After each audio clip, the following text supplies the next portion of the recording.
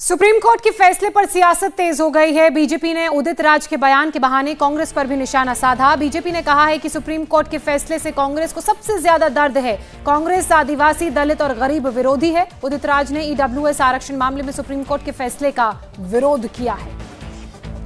सर्वोच्च न्यायालय देश का, जो हम सबसे बेहतर संविधान का ज्ञाता है, वो एक फैसला देता है तो उस पर सबसे ज्यादा दर्द किसी को होता है तो वो कांग्रेस पार्टी को होता है।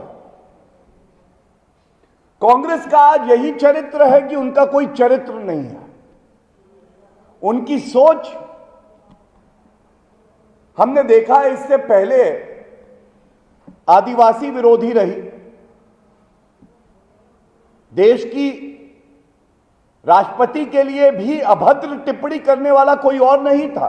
कांग्रेस पार्टी के नेता डॉक्टर उदित राज थे। दलित विरोधी रही है, सेना विरोधी रही है, संसद विरोधी है और आज गरीब विरोधी भी है। और एक प्रश्न जो पूरा देश पूछ रहा है, हम सब जानते हैं किस तरह से कांग्रेस पार्टी के नेता, पूर्व में अध्यक्ष रहे राहुल गांधी ने भी इसी तरह की टिप्पणी माननीय सर्वोच्च न्यायालय के लिए करी थी, जो आपत्तिजनक थी। लेकिन आज कांग्रेस पार्टी में नया अध्यक्ष मल्लिकार्जुन खड़गे हैं, तो यह बात पूछनी बनती है, मल्लिकार्जुन खड़गे जी, जो वक्तव्य आपके पार्टी के नेता उदित राज गरीबों के खिलाफ देते हैं, माननीय सर्वोच्च न्यायालय की अवमानना करते हैं, क्या यह कांग्रेस पार्टी का स्टैंड है? ईडब्ल्यूएस यानी आर्थिक आधार पर आरक्षण की शुरुआत 2019 में हुई।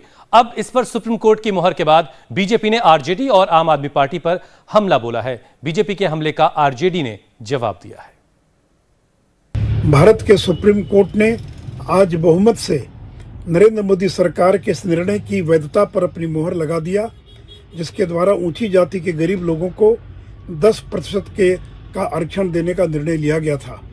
हम इस निर्णय के लिए नरेंद्र मोदी सरकार को धन्यवाद देते हैं। साथ ही साथ बिहार की राष्ट्रीय जनता दल वह ऐसी पार्टी थी जिसने संसद के दोनों सदनों में 103वें संविधान संशोधन विधेयक का विरोध किया था। राष्ट्रीय जनता दल अब किस मुंह से बिहार के अंदर ऊंची जाति के गरीब लोगों से वोट मांगने जाएगी, जिसने कि संसद में इसका विरोध किया था। और आरजेडी के साथ साथ इंडियन यूनियन मुस्लिम लीग और डीएमके, ये तीन ऐसी पार्टियां थी जिन्होंने राज्यसभा और लोकसभा इन दोनों सदनों में ऊंची जाति के गरीब लोगों के आरक्षण के विरोध किया था। और आम आदमी पार्टी ने इस निर्णय के विरोध में सदन का बहिष्कार कर दिया था।